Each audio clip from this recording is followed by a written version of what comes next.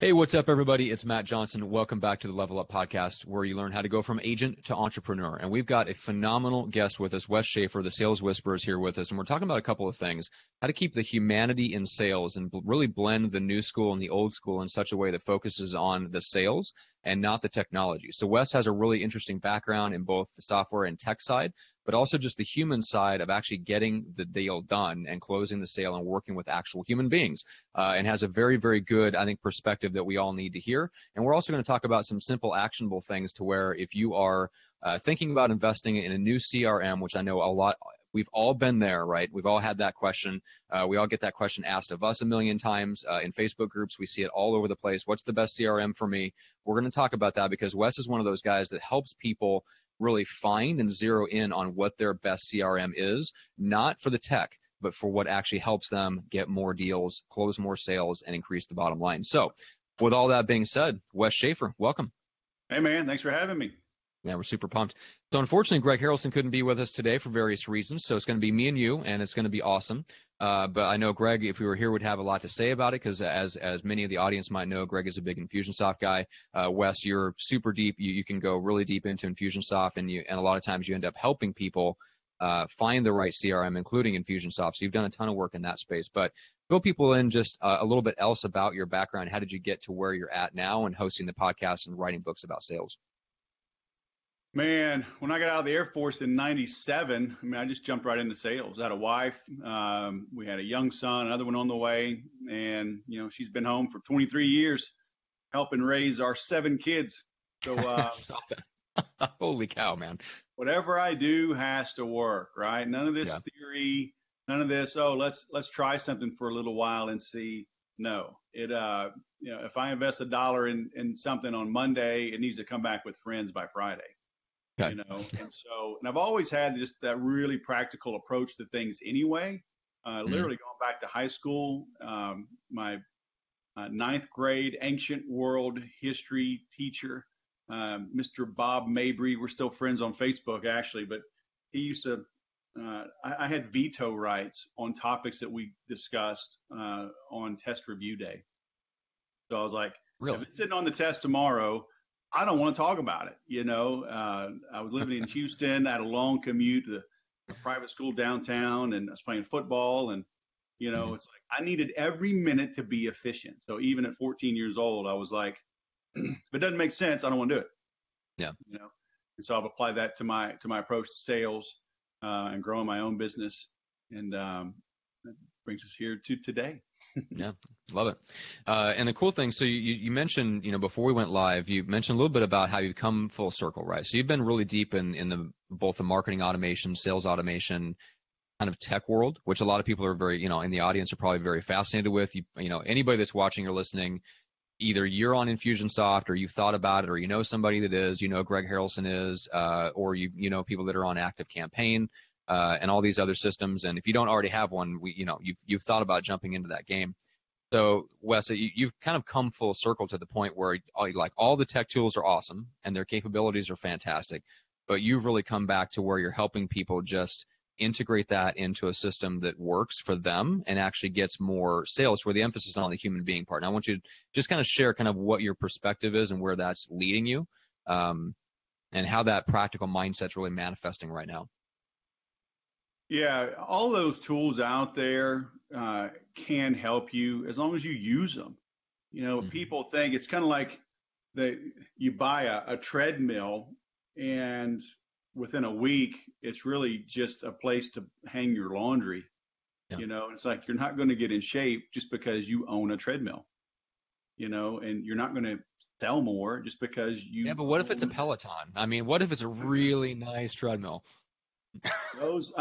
It may help you get the emotions flowing. Maybe you get, the serotonin and whatnot. Maybe you feel a little better, the endorphins, just by looking at it.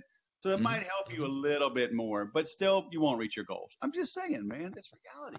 You got to use the thing, right? You got to use it right. Yeah. And most people, I've worked with these tools for a long time. People still call it Confusionsoft. And it's like, look, I'll sit down with them. And I have a whole thing on my website called Process Before Login.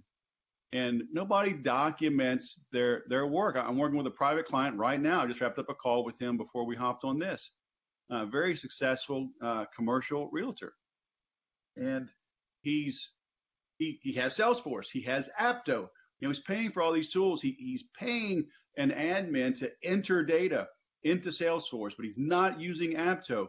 And I just sat there with him and built out, just in a Word document, an outline. Like, what do you want to have happen? You have long-term prospects, midterm prospects, and active leads. How often do you want to reach out to a long-term prospect? We forget there's a human being on the other end of the screen. Treat them like a human being. Understand what's going on.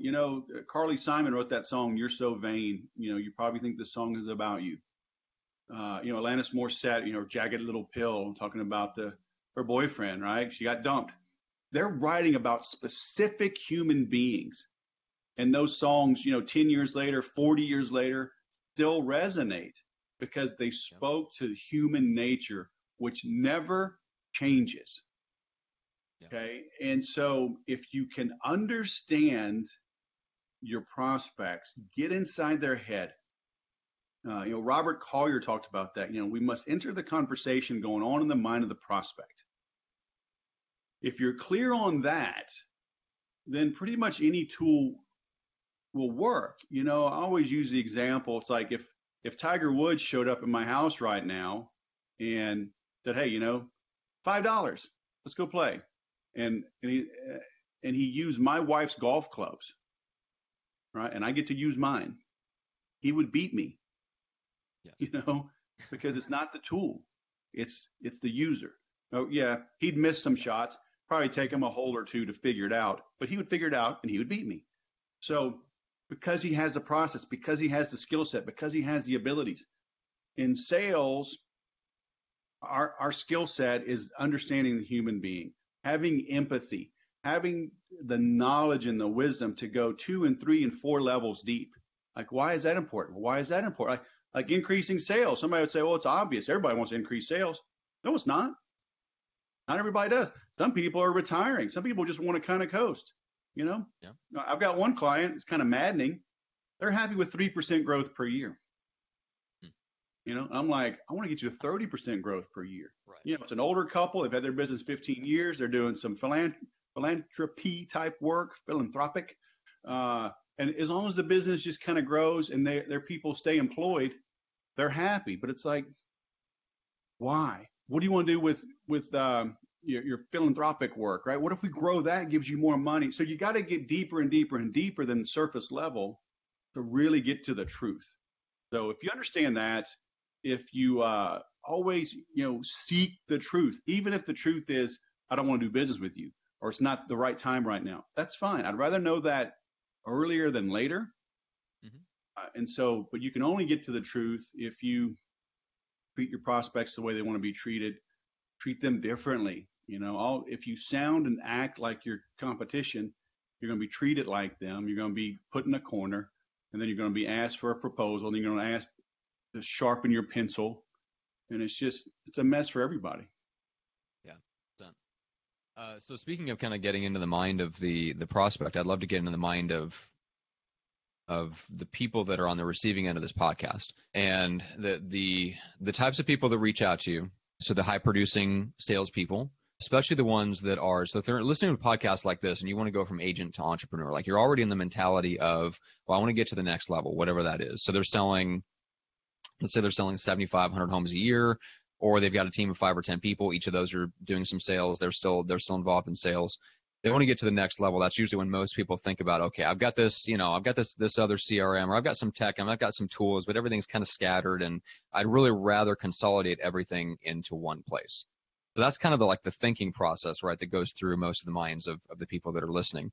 So what are, let's say, 2 or 3 maybe myths or misconceptions that you run into with those types of folks that we can just kind of clear up and right off the bat? Well, getting back to that process before login, you have to detach, and that's really hard. I remember when I was first learning how to golf, that's when I learned, the form follows function. my golf pro was like, after you hit the ball, especially if it's a bad shot, take a second before you slam your club in the ground and break it over your knee and throw it in the bushes. Analyze where you are. Are you falling forward? Are you falling backward? Is your grip really tight? Is your hand coming off the club? Because form follows function. The function is, I got a big slice. The function is, I got this big snap hook. Well, what's my form at the end? Am I falling backwards, whatever? Then I can start to break it down and kind of fix my own swing, even though if you ever golf, it's pretty dang hard. But when you're out there and you're playing, 25 cents a hole and you're amped up because you want to beat your buddy, you can't go to a golf pro and fix it. Yeah. You got to start to analyze yourself. So the same thing, how can you detach? Take notice of what's going on. What did you say? How was the appointment set? How did they arrive on time? Did all the decision makers show up? Once you start to see trends, then you can start to break it down.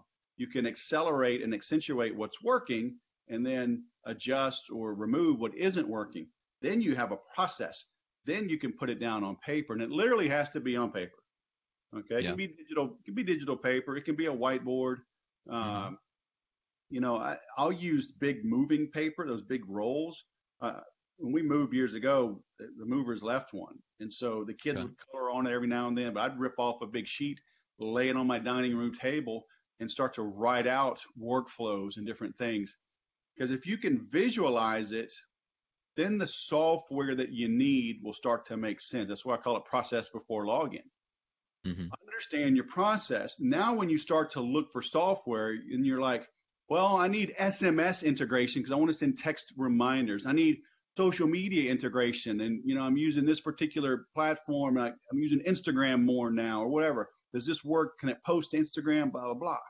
So once you have your process, then you start shopping for your software. Then you'll get the right thing. Just like having a grocery list when you go shopping. If you go when you're hungry and you're just winging it, you buy a bunch of junk. You overbuy stuff you don't need and you forget the important things. Same thing with your software, right? So map this stuff out, unplug, sit down with pen and paper and write out what it is you want to do. And if it takes a little time, that's fine. But that detaching is hard. That's why, it runs counter. See, 3 or 4 swings, golf pros like, I know what's going on with you. What? I've been trying to fix this for a year. Yeah, on your own. Right. An outsider can fix it in 30 minutes. Yeah. Yeah, the detachment is hard, and what's interesting about it is, so the idea of process before login, it is logical. It's also completely counter to how most of us make decisions in how we grow our business, which is we are presented with an opportunity by a tool that comes along, someone that writes a blog post, one of our friends posts in a Facebook group, or we just flat out get cold called, cold emailed, or we see a Facebook ad. So we get an opportunity put in front of us to go, hey, if you do this, you'll get X, Y, and Z. Like, awesome. I want X, Y, and Z. I want more sales. Let's do it. And so we're already off to the races with the wrong thing, right? We've already decided on the tool before we even decide what we even want to use the tool to accomplish. It's like going into Home Depot and going, hey, man, that's an awesome circular saw. I don't really know what I'm going to build. Maybe a deck. Maybe an addition to the house, but I know I'm going to buy that circular saw. Now the question is how I'm going to use the saw.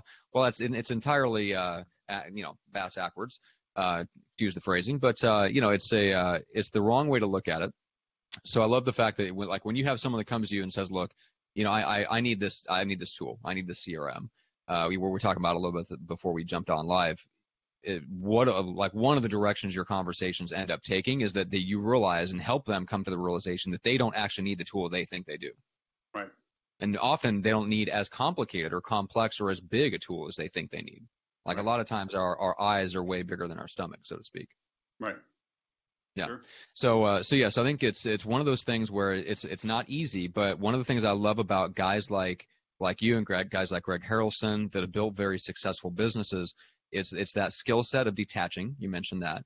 I think Sam Carpenter calls it like getting outside and above, right? So you take whatever you're doing, get outside and above it so you can look down on it the way somebody else looks at it from the outside, which is extremely difficult, but necessary. And then you talk about like looking at what's the ideal first and then figuring out, okay, now that I know what the ideal is, now that I know what the process is, now I can go find the tool that helps me deliver the ideal. Yep. Right. And that's what I see really successful people doing. So let's talk about, just getting enough technology to actually make the sales process. So how do you help people kind of map out their sales process to figure out like where are the gaps where a tech tool would actually help versus just be overwhelming and get them off track? Yeah, well, the biggest thing is just like I was mentioning, just forcing them to write things down. They think there's this big magic pie in the sky, that they're just missing that one secret, and it's really not. It's really just getting back to fundamentals. Like talking about golf, they say the biggest difference between a pro and an amateur is how well they play within 150 yards of the hole. So yeah, it's nice if you can hit it 350 yards off the tee, but when you're 120 yards out, can you put it on the green and 2-putt or even Right. 1-putt? My 4-year-old daughter can hit the ball on a putting green pretty much the distance of any putting green. So it's not a physical thing at that point. It becomes mental. And if you watch basketball, you get these great athletes, people triple team, fading away, one-handed, boom, they make this shot, and you're like, I could never make that shot in a million years. Yeah. But then you have them stand still, everybody just move away, let me shoot a free throw, and they mess up because they're thinking about it, right? And then they psych themselves out. So sports and life is 90% mental. So what are you doing? How are you connecting? And very few people spend that time to get that deep to understand. When I work with clients, one of the first things we do is build out a buyer persona. So just like, Carly Simon's You're So Vain, right? Who is this love song or this hate song? Who's this love story we're writing to? Is it a boyfriend? Is it a girlfriend? Is it a CEO? Is it an IT director? Is it an operations manager? Are they working on the shop floor? What are their concerns? Is it endurance? Is it support? Is it interoperability? Once we know what makes them tick, then we write the story. Then it's like, okay, how do we deliver it? That one client I was talking about that only wants to grow 3%, they're in a very blue collar industry. Their prospects are not on social media. They're quite often, they're behind a forklift loading pallets on trucks in the warehouse as often as they are at their desk. Gotcha. Okay. So how do we reach that person? So they didn't need any more technology. They needed better processes and sequences, scripts, direct mail pieces, and a proper cadence, right? Reach out to them once a week. Leave them a voicemail, send an email, send a letter. 2 weeks later, do it again. So are you willing to get that mundane? Everybody's trying to do artificial intelligence and chat bots and, retargeting and everything else. And that's fine to a degree, but what happens when the phone rings? That is a great point and a great line. Yes, you're 100% right.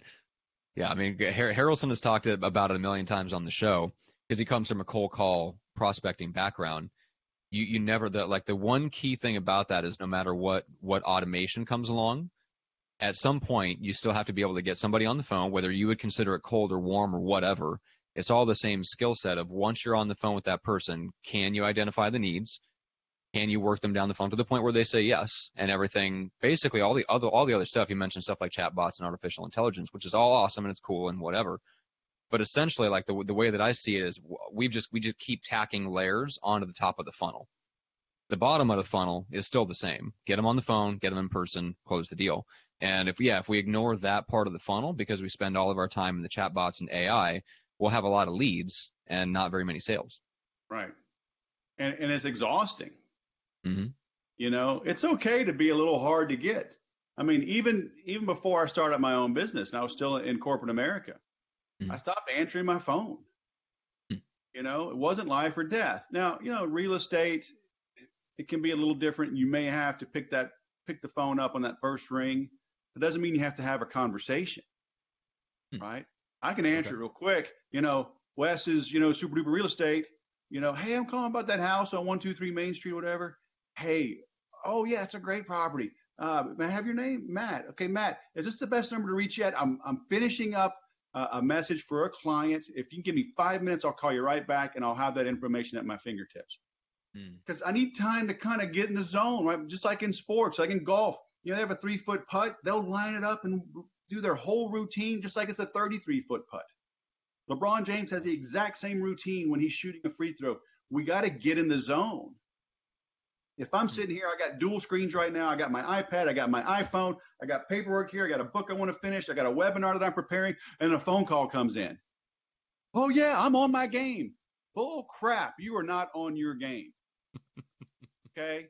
LeBron James isn't like walking up through the tunnel in his suit.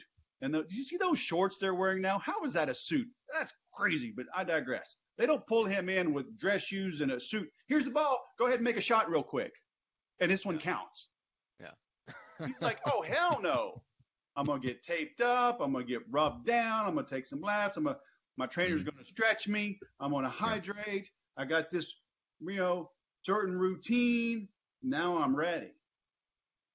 So even if you have to answer the phone, and I get it, you do sometimes in some businesses, you don't have to have that conversation right then and there. Yeah. Learn to take control of the conversation. Okay. And in sales, whoever's asking the questions is in control of the conversation. Yeah, man, I'm calling about that house. What's the square footage? How long has it been on the market? Has title research been done? What about termite inspection? What's the zoning there? How big is the HOA? Is there Melrose tax? What is the tax rate there? How old is the roof? Does it have solar? You're just like, bam, bam, bam, just getting punched to death. Yeah. They're in charge of that conversation. Yeah. How can you answer those questions, but then very adroitly, right, smoothly turning around on them to take control of the conversation, slow things down, just like basketball. Teams start getting all frantic, and the coach is like, slow it down, number 1, go run number 1. Or if it's really crazy, they call a timeout. They're like, calm down, fellas. You're playing out of your head. Relax. You know what to do. Get back to basics. Let's make an easy shot. Get back on defense. Stop them. Make another shot. We're back in the game, right? So how can you slow things down in your business? You should not be the anxious one. If the prospect thinks you're hungry, that you're desperate, you won't be able to give it away. Yeah. All right. So make sure you can control the pace. So I want to ask you this. This is a little bit off of what we're talking about, but I want to get into your brain a little bit, just in terms of how you look at how sales and marketing fits together. And I'll preface it with this. You and I have both seen this a lot, coming from like you being in the marketing technology world. You've seen a lot of people that come from that end that don't really understand the sales process. And so they come at it looking to maximize the technology. Then you have the other side that is so concerned with the sales, they don't really see where technology can actually support and help them. So I'm just curious, like you kind of have a foot in each world and are very good at integrating the two of them. I'm just curious, like, tell me a little bit about how your brain works and how you see the ideal of how sales and marketing work together to support each other to get the same goal accomplished, if that makes sense. Hopefully that's yeah. I know it's a little broad, but I'm just curious, like what are some of the things, like how does your brain work? And the 1, 2, or 3, just kind of how you think about how to address that problem. Most people regret asking me how my brain works. So I'm just putting that out there. Duly noted. You brought this on yourself, okay? All right. What I tell people is, great marketing makes sales easy, but great selling makes great marketing possible. Okay? McDonald's does not have salespeople. They have order takers. Okay. They have great marketing. You and I, though, and probably all of your listeners, have a lower budget than McDonald's, right? We can't get a NASCAR. Yeah. We don't have a blimp. We don't have every bus and bench and cab, in the city. So somewhere between McDonald's and cold calling, we have to get some marketing going. And so you have to understand, again, where is your customer? Like my clients that wants to grow just a little bit, their customer's not on Snapchat. their customer's not on Facebook. So it doesn't make any sense to market there. Social media marketing will not help them right now. So